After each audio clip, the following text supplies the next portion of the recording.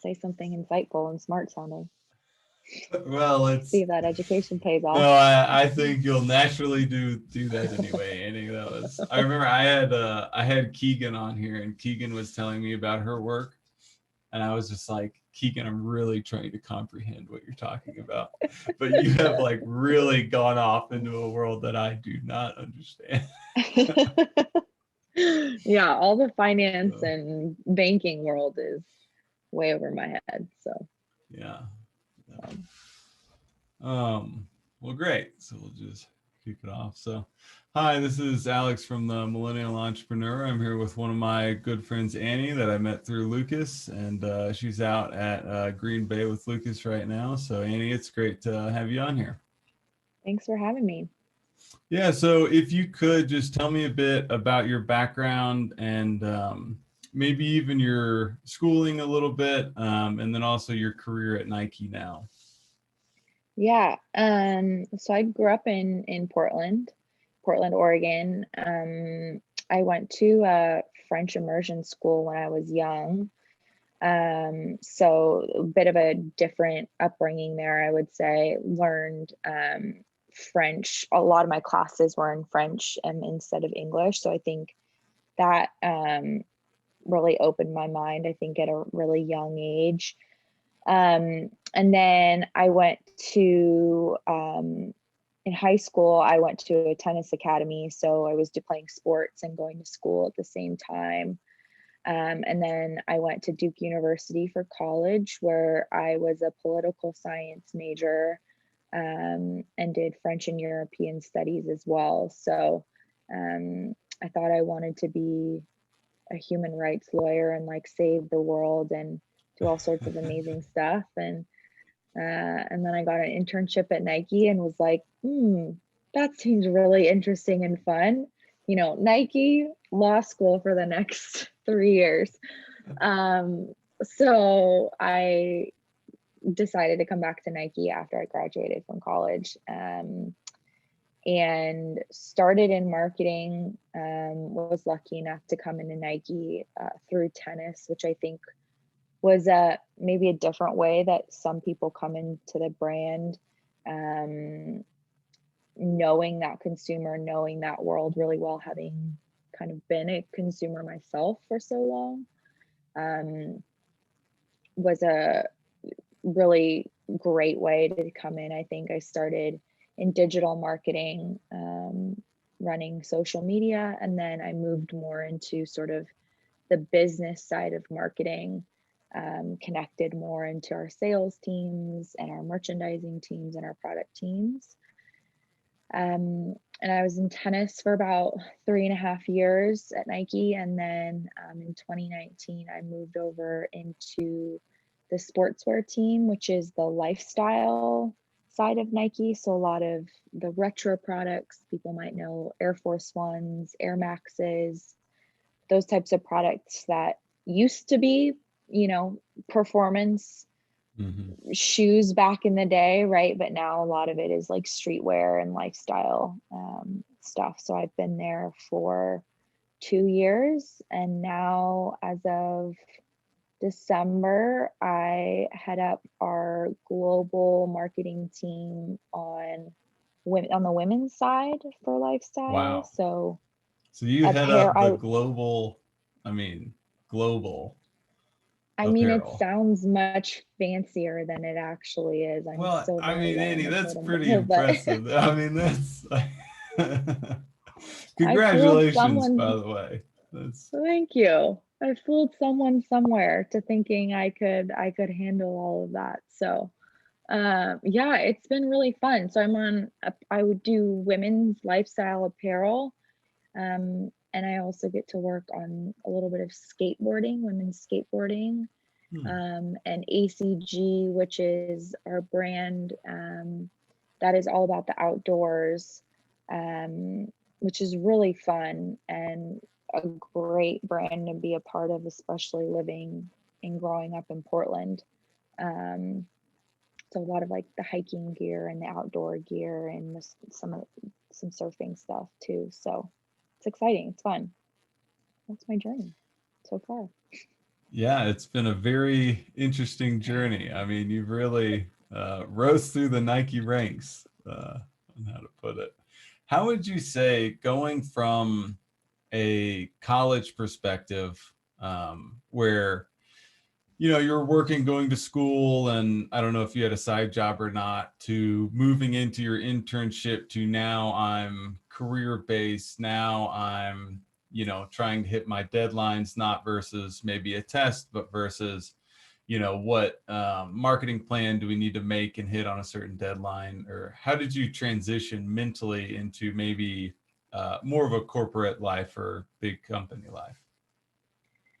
Yeah, it's a good question. In many ways, I think uh, having sort of a full-time job now is a lot easier than what I was doing in college. I think playing a sport full time and traveling for a sport and going to school was like 24/7 all of the time. Um, Working on every weekend, working every night until late. I think it's a little bit different. What I think being in college I did learn was that has helped me is time management and making the most of the time when I sit down to do something.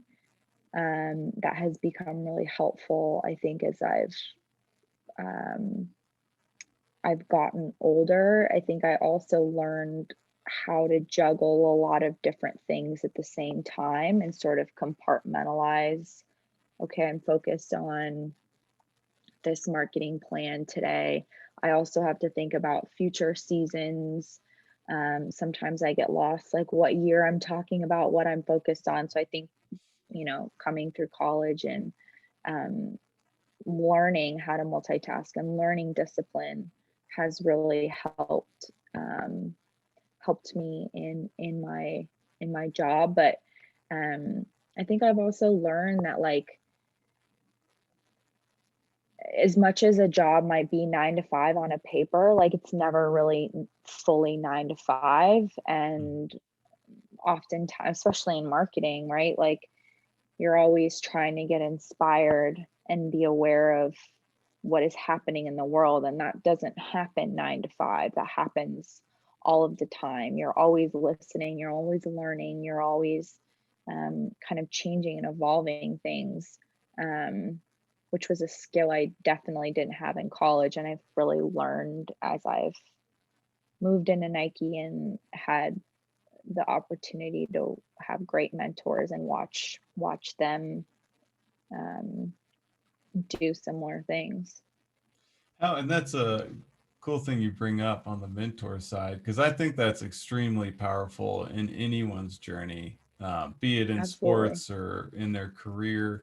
Just having someone that can honestly tell you, if you are doing well, or if there's things you need to improve on, or even following them and maybe mimicking them to an extent. So, with your mentors, how have you seen they directly impacted your life or how you were able to progress?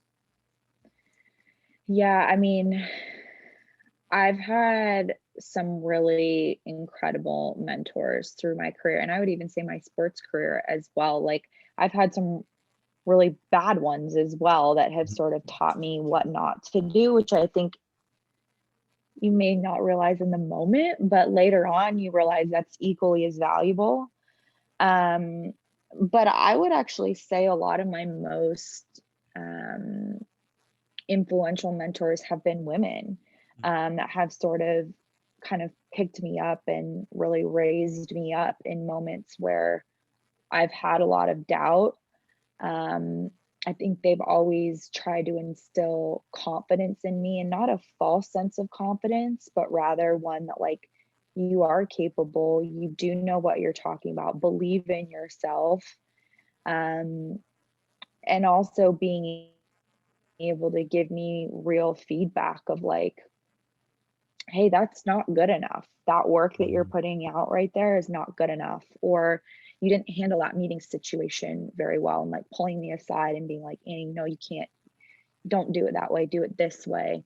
And being really honest, I think has been incredible. And um, taught me, you know, what it means to be a selfless leader and to always make sure that when you're in a position of leadership, that you take time to educate and lift up those around you and pay that forward.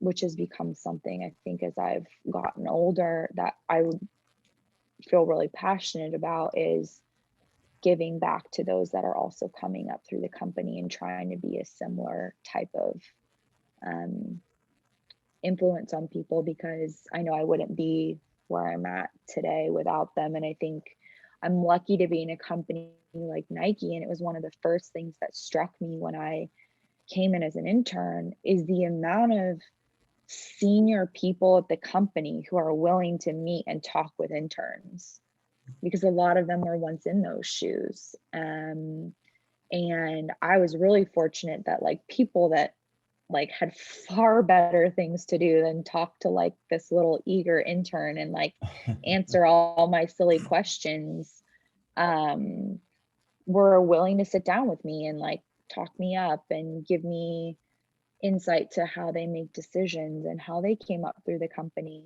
And maybe that's not as much of a direct mentor because it's like a one-time conversation or a two-time conversation. I think those things have been equally as important, I think, in my journey as those people that have really been there for me day in, day out. Yeah, it may have shown you, what a good leader was, Yeah, and makes you more inclined to do that yourself, in a sense. yeah, absolutely. So going from, working your way up in Nike, how have you transitioned mentally? Because and just a backstory on me, just going from like an employee to having employees and working Yeah. through day-to-day things that need to get done, maybe if people are talking salary or if there's any HR issues or even just confrontational situations. That was a big step in my own life, just going from, okay, I'm here from the 9 to 5, and then I go home, to now, almost everyone's check in the next, 3 months relies on me making sure this train keeps rocking. How did you see the transition, or how did you maybe work through the transition from being the employee to having employees? Yeah, well, what I'd say, there's nobody waiting on me to approve their check. I'm not quite in that Oh, that position yet. But I think yeah, I think the first thing is learning how to have tough conversations. And the reason they're tough conversations is because they're uncomfortable and you don't really know how to navigate them. And inevitably you're going to make mistakes or not handle things the way that you would necessarily want. I think in those situations, I've always relied on my mentors. Going into them, I'm like, what am I facing here? What are things that I can be aware of when I'm having these conversations? And so I try to rely on those that have that experience before I go in, and then just to show myself a little grace that like, hey, I might not handle this perfectly, but I'm going to come from a place of compassion and try to understand and um, be there for them, but also understand that I have a duty and a responsibility to the company um, that is equally as important. And being in that, I'm sorry, my dog is like attacking me. Being in that position is only something that comes from um, those around you believing that you can be in that position and that you're valuable to have those conversations. Some dog is going in the other room. Yeah, so that's I think where I would start. It's like where am I going to go wrong? What can I learn before I go into those types of conversations and just grow and get better as time goes on. You mentioned something that, or you may have mentioned it a couple times, but it was talking with people that believe in you, that you Yeah. can do it.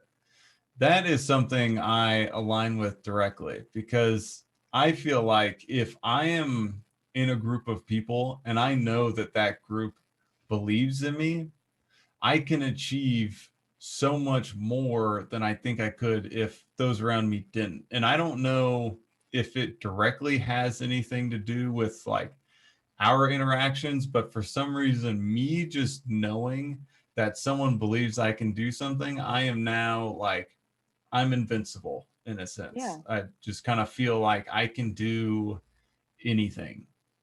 Yeah, absolutely. Absolutely. I think at the end of the day, though, I think it all has to start with like belief in yourself. But inevitably, that's going to waver at times. Like you're going to be in positions where you haven't done something before, or you're the youngest person in the room, or Mhm. you're on paper maybe the most inexperienced person in the room. And so sometimes that confidence in yourself or belief in yourself is going to waver. And that's where like I turn to people around me that may not be in that room, whether it's a mentor, whether it's a family member, whether it's a friend that can help bring me up. And I think that's something I've learned as I've gotten older is when to ask for help, when to be humble and say, hey, I'm really struggling here. I don't know what to do. I'm not feeling great about myself. I'm worried about going into this room and people not believing in me, not thinking I should be in that room, not listening to me, whatever it may be. And I think those around me have always kind of patched those holes up for me when those moments come. But at the end of the day, like I have to kind of go back and say, okay, like I can do this. I know I can do this. I'm capable.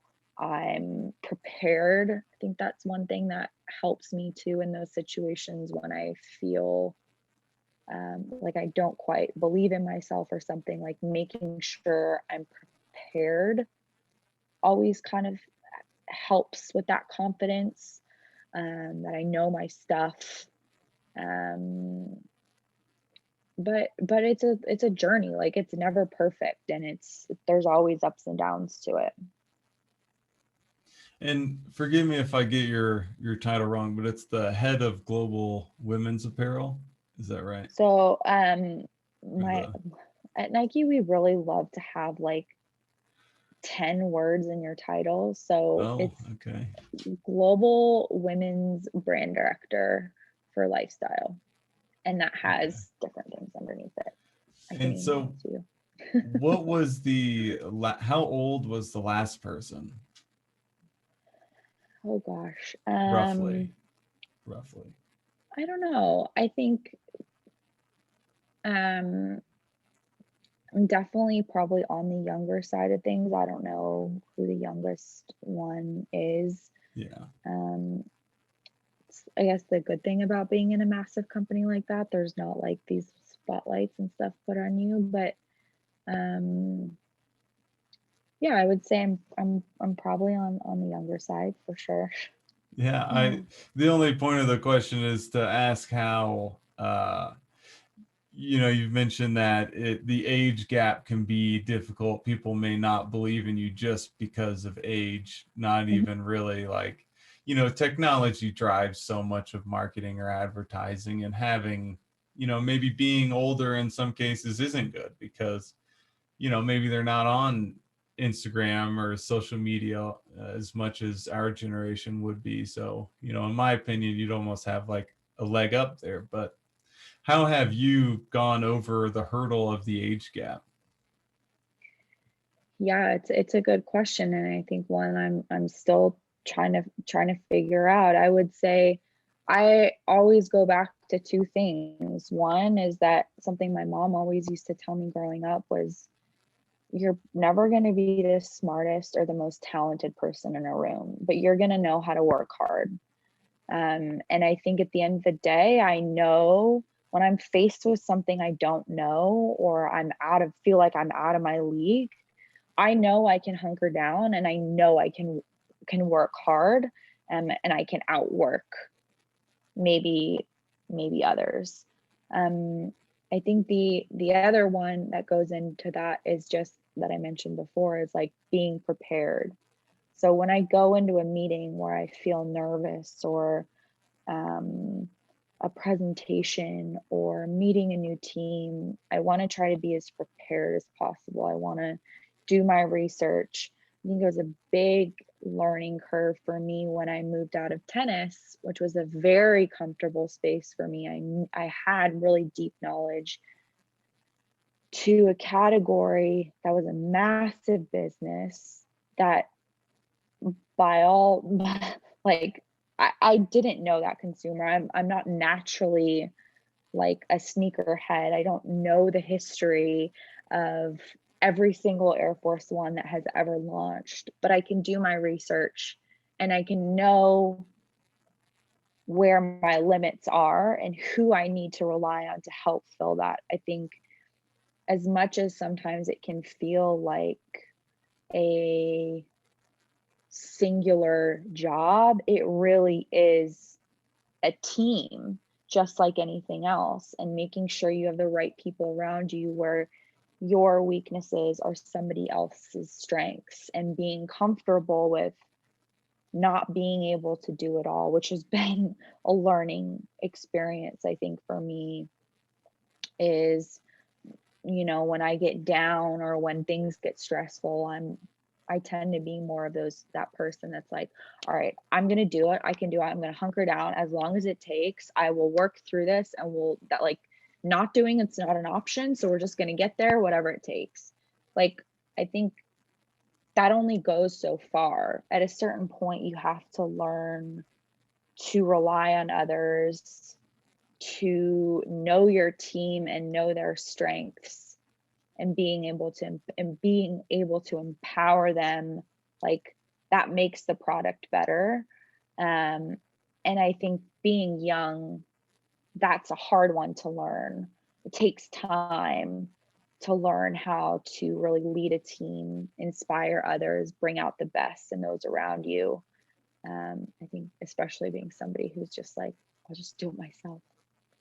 It doesn't work. Got to rely on everybody around you to be at peak performance as well. Yeah. Yeah, business is not generally a one-man army. That's a tough. No. It may be part of the reason. It's like one of those things. It's like a double-edged sword, where it's like that may be the reason you're where you are right now, because of that like one Yep. trait that you were just willing to, like, I'll do anything, I'll do it. I'll work harder than anybody else can, and I'm going to make sure it gets done. But now it's like, I've seen that as well. Like, if you have employees and it's like, or you have other, like, maybe you're looking macro instead of micro stuff. If you're trying to do all the micro things, then in the long run, your macro isn't getting taken care of. And now the people around you are put in worse positions. I've kind of had to pull myself back from getting in the weeds a little bit. Yeah, and it's hard. It's hard to like learn to delegate. It's hard to learn to take your hands off the reins. But I think that goes to like the idea of mentoring others and teaching others. Like, if you do that along the way and you bring people along with you, when it becomes time where it's like, hey, you go do this, I'm going to do this, we're going to divide and conquer, it just builds up trust between you and the other person, you and your teammate, that I know you're more than capable to go and do this. You know that I have full faith and have been able to set like a direction, and you know where we're headed in the long term, so that you can take care of it. But it's a process for sure. Yeah, and it's not something that I don't think comes naturally to too many people. Yep. It's not an easy to look at other people and say, you should do this while I go. I don't know. In the facility, this is the way it kind of is. Like, you go do this task while I go think about how we should be doing things. And that to me almost seems like, well, 1 hour towards production versus 1 hour of thinking, my initial thought would be the 1 hour towards production would, put us in a better position. But it's like 1 hour of thinking could save us like 10 hours of, lost time that we're not doing things efficiently, or, different types of maybe scheduling things differently. So we don't have to, we do a lot of cleaning in between materials, but just trying to figure out the most efficient, like spending the time, taking a step back and thinking versus doing, in some cases can save you, it's exponential. I mean, making customers happy, at least on a manufacturing side, is priceless in a sense. So it's like thinking long term, not just like immediate short term goals. mm-hmm. Yep. So what type of advertising or marketing do you specialize in or focus in with Nike? I know just in general, I think video has been getting way bigger than maybe pictures or some other things, but I'm just not as familiar with that side of the industry. Yeah, it's a good question. And Nike, we have a massive marketing team all over the world that do different parts of marketing, I would say. I started at Nike in digital, which I think was a really great place to start. I learned the in and outs on how you create a digital journey. How do you bring people in? How do you keep them engaged? What type of content performs well?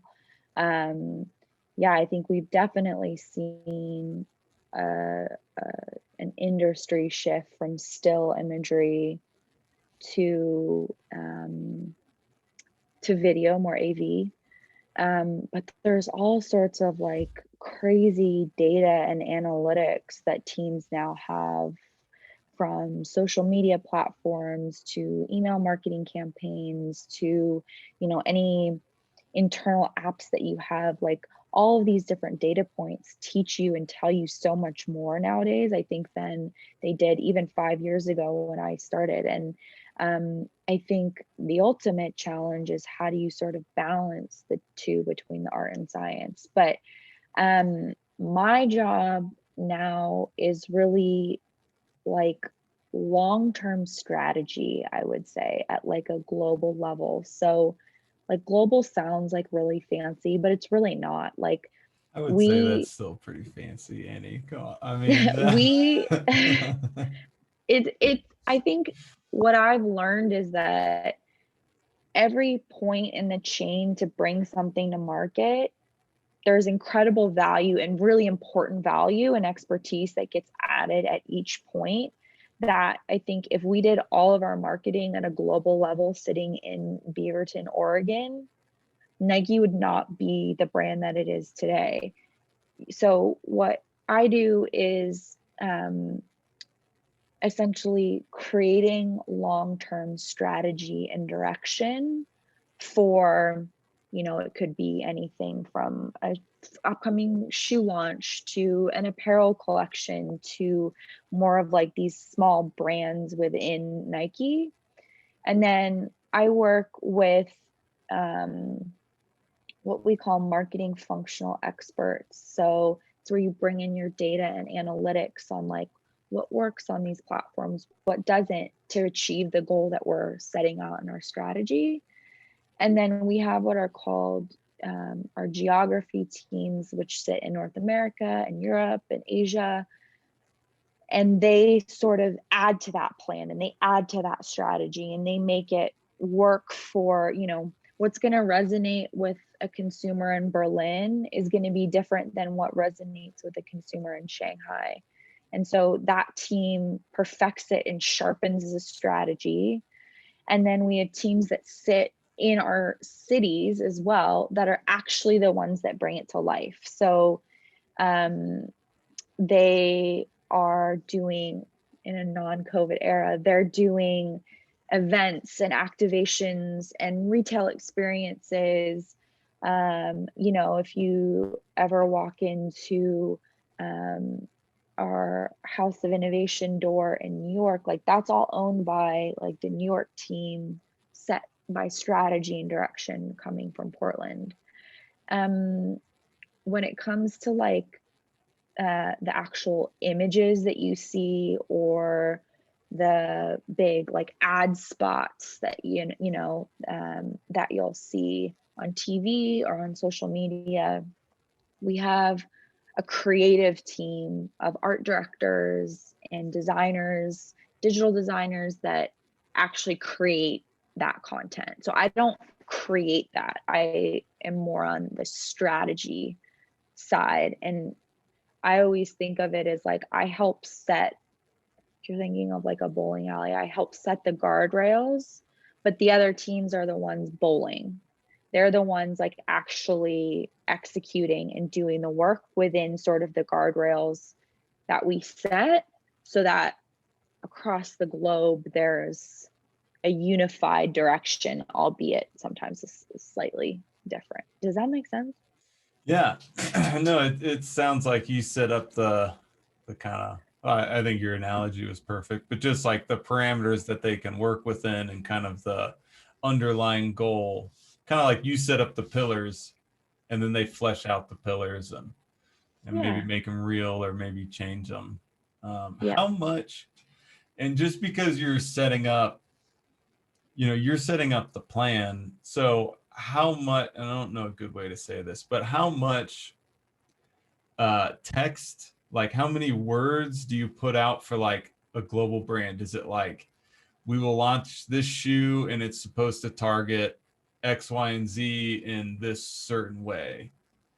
Because I would imagine like if it's 20 words, or I don't know how many words it is, but I feel like you'd have to be like very accurate on every single thing you try to portray, because everyone is going to see that a little bit different. Yeah, 100%. I wish we've perfected getting it down to 20 words. I think that would be the absolute I dream. figured it was a lot more. Yeah. The brief, if you will, usually is in like a keynote deck. And usually is about 20 to 40 slides, I would say. There's what is the problem that we're trying to solve? Who is the consumer that we're talking to? What does the journey look like? Like what does the buildup look like to the launch? All of those types of details. Also, like giving details on the product or the athlete that you're trying to market to is important, because a team sitting on the other side of the globe might not have the same context that you have being sitting in Portland. So yeah, it's usually about 20 to 40 slides. Some teams are really great and can pull it off in a Word document. I'm a really visual person. I love pictures. I love to tell a story in what we're briefing. So I've never been good at the Word doc briefs, although there are really great marketers that work at Nike that is their brief of choice. It's just not the way my brain works. And that document then gets circulated to our different teams. We try to walk teams through it on big Zoom calls or in big sort of presentation scenarios. Back when we were in the office, so that they have context, they can ask questions. There's oftentimes like questions that get asked that are really great, that help shape the brief, because they're things we wouldn't have thought about, or we didn't realize there was something happening in part of the world that would be of concern or be a red flag to the direction we're heading in, or whatever it may be. So we try to like give them the voiceover and like walk them through the presentation. But sometimes it just ends up getting sent via email, unfortunately. Yeah, I think there's always a better human touch with things. I've seen just having to work from home for like 2 weeks. It's like I can't go into the facility and see people, and for me, it's a lot of like seeing equipment, seeing how things are working, and maybe what built up to the decisions that are happening right now that are normally what I call like the tip of the iceberg. Like if you have a problem that I hear about, then we've got a lot more going on that needs to be Yeah. addressed. Yeah.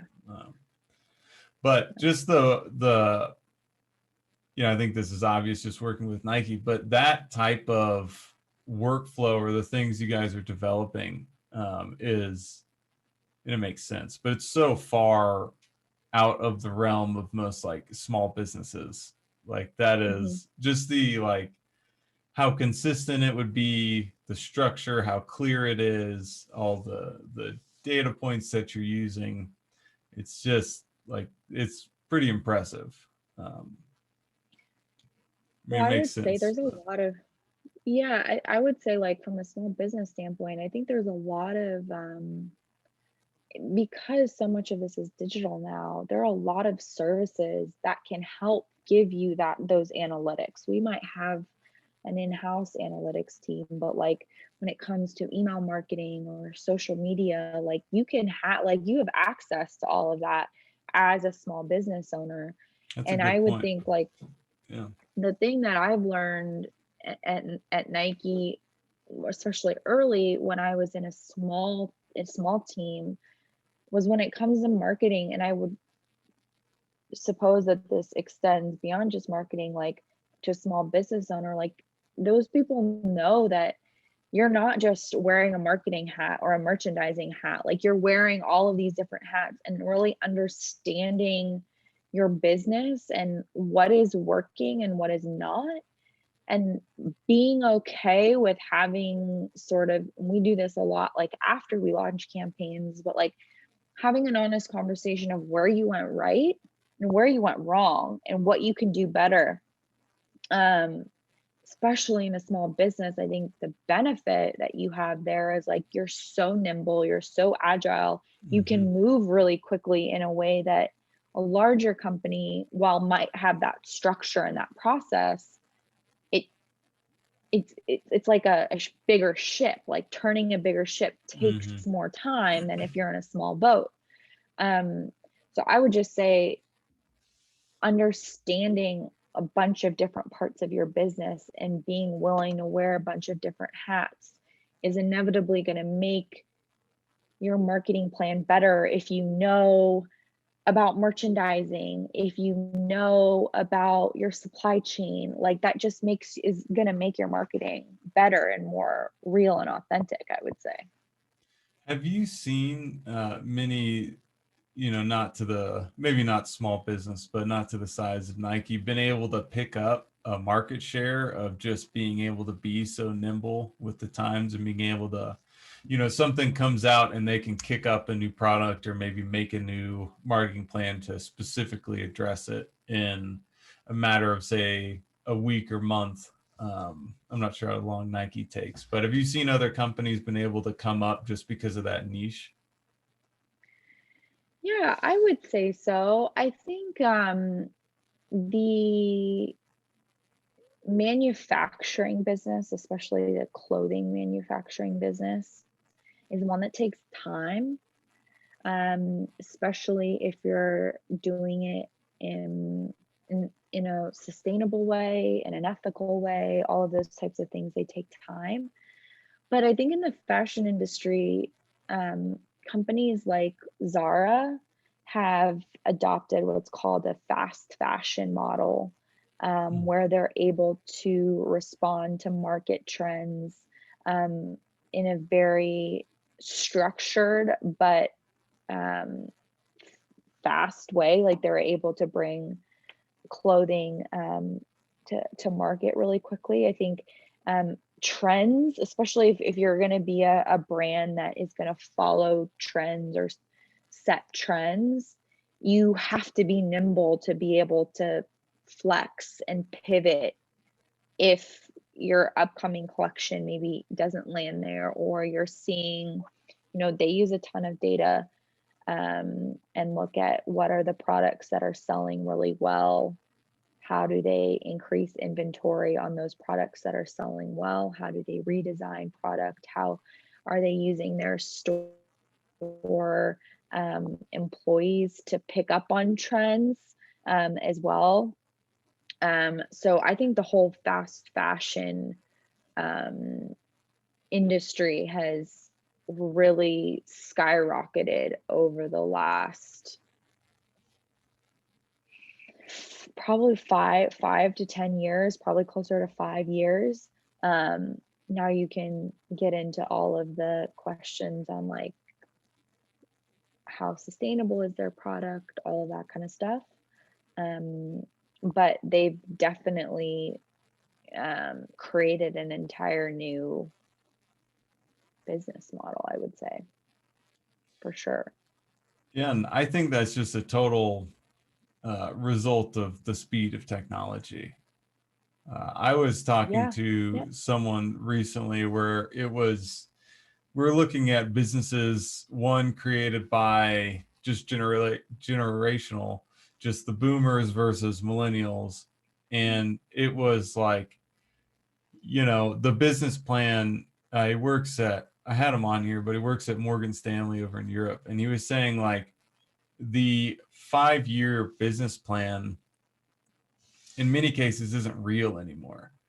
And it's stepped down to maybe a couple year, maybe 2 to 3 years or whatever it is, business plan, Yep. because there's so much that happens in 5 years. You would never want to keep your business moving in that one direction the whole time. Absolutely. Like absolutely you should have your core beliefs that, just like what you're saying, you set up your pillars, and then everyone works off of them. It's like a business should set up. I had read something that's called like the Porcupine Strategy. The porcupine, they said it's like the porcupine moves in the same direction the entire time, and its spines on the backs reflect other ideas that deter from that. So they use the porcupine strategy whenever they're trying to make, should the company go in this direction. But just, I guess the differences between like how quickly trends happen now, and even if there's some level of like, are those trends significant? Is it like, is this a long lasting trend that's going to happen forever? Like one of my bosses at Zelios, the fidget spinner thing happened. Fidget spinners were, if you had a fidget spinner, you were selling it. Like they literally didn't stay on the shelves. But I guess his manufacturing got held up, and now he's got like a couple 100,000 fidget spinners sitting in Portland that he's just like, do you want a fidget spinner? I'll give it to you. I mean, it's like the trends, they hit so hard, but they hit so fast. They're not always long. Like, I don't know if leggings at some point were a trend, but if it was like a trend or something that happened quickly, it's lasted. It stayed around. But it's just interesting to look at different markets, somewhat like I've been trading like stocks recently, but like watching how, the stocks will get on trends and then collapse. And you see the same kind of thing in products or marketing. Yeah, absolutely. I mean, I was talking to somebody the other day about this, and like, I mean, today's mid to end of January. If you could just go back to this time last year, could anybody imagine the changes and what we as a world have gone through in the last year? And I still don't think we fully know like how this year has impacted how we go forward. So I think if anybody had a business plan or a marketing strategy set January 15th of last year, I think there's a lot of people relooking at it now. The world changes, and it changes sometimes by the week, which is just wild.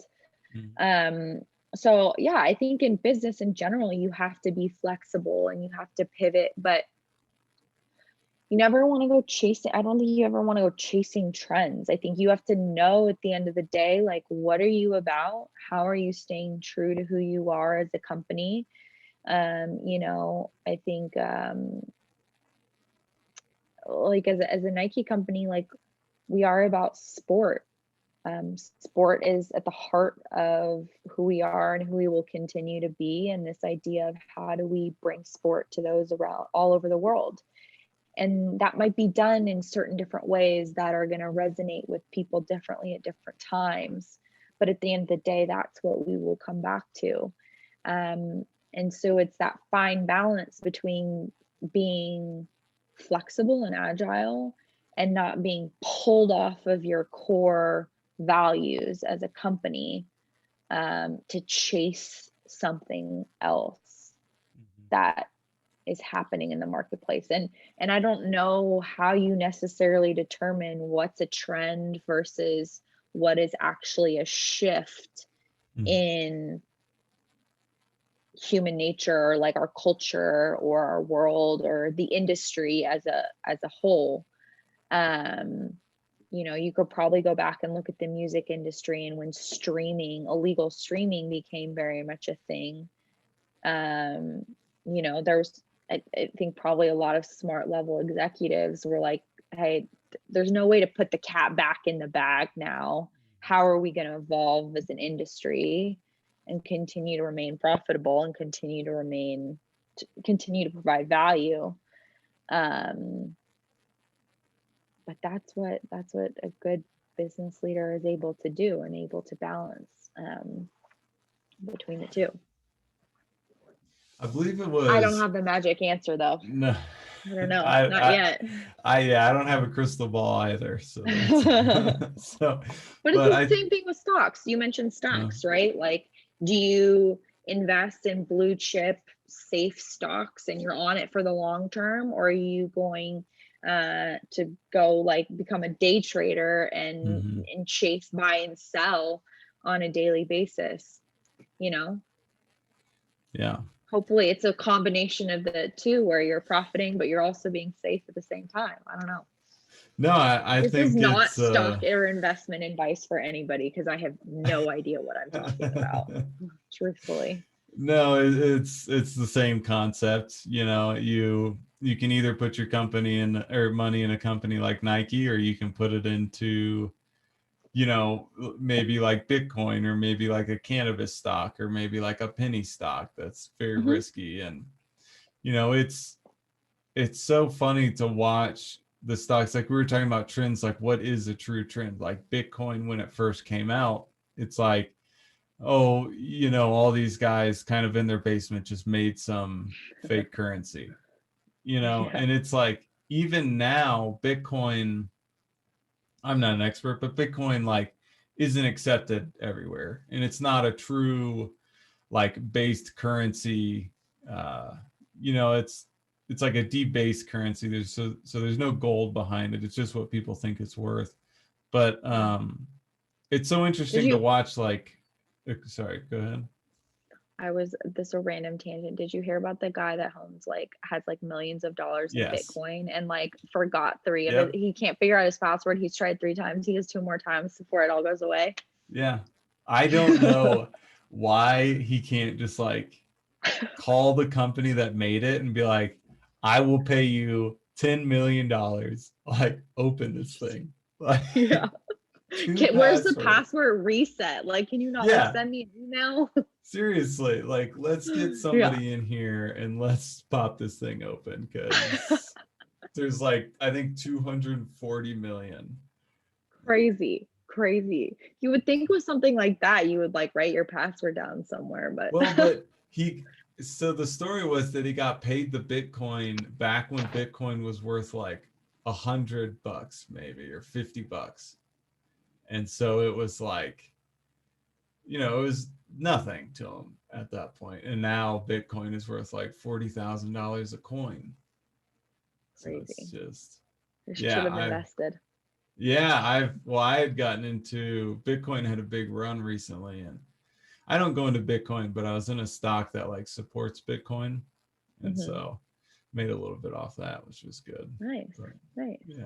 So it's, no, but what would you say, you know, if you were going to go off and let's say Annie was going to start her own company, what do you think that would be in? Would you be a consultant? Do you think there's an industry that you like? Is there something that you really find interesting? That's a good question. Um, I think for me, it would need to be in a space that truly makes a difference in people's lives. I think um, that's the part that I've always been drawn to about Nike is like I truly believe in the power of sport to change people's lives, whether it's from a health standpoint, whether it's from a development standpoint, children growing up in sport and learning the values of life through sport, whether it's young girls coming up through sport, learning how to compete, learning physically how to get stronger and being confident with having muscle on their body and not being okay in the whole sort of self-image that a lot of young girls struggle with. I think sport is incredibly important through that period of time in people's lives. But I think if this year has taught me anything is that there's so many incredibly amazing people out there that just don't have the opportunity to take the first step in something for various reasons. So I think I would want to do something that helps people. What that is, I have no clue. So I hope I keep my job for a while until I have some idea of what I would want to do outside of it. But I think giving back is incredibly important. Just outside of like a business, I think personally it's important to give back to people, to organizations that matter. But I think it'd probably be in sport, programs for young girls.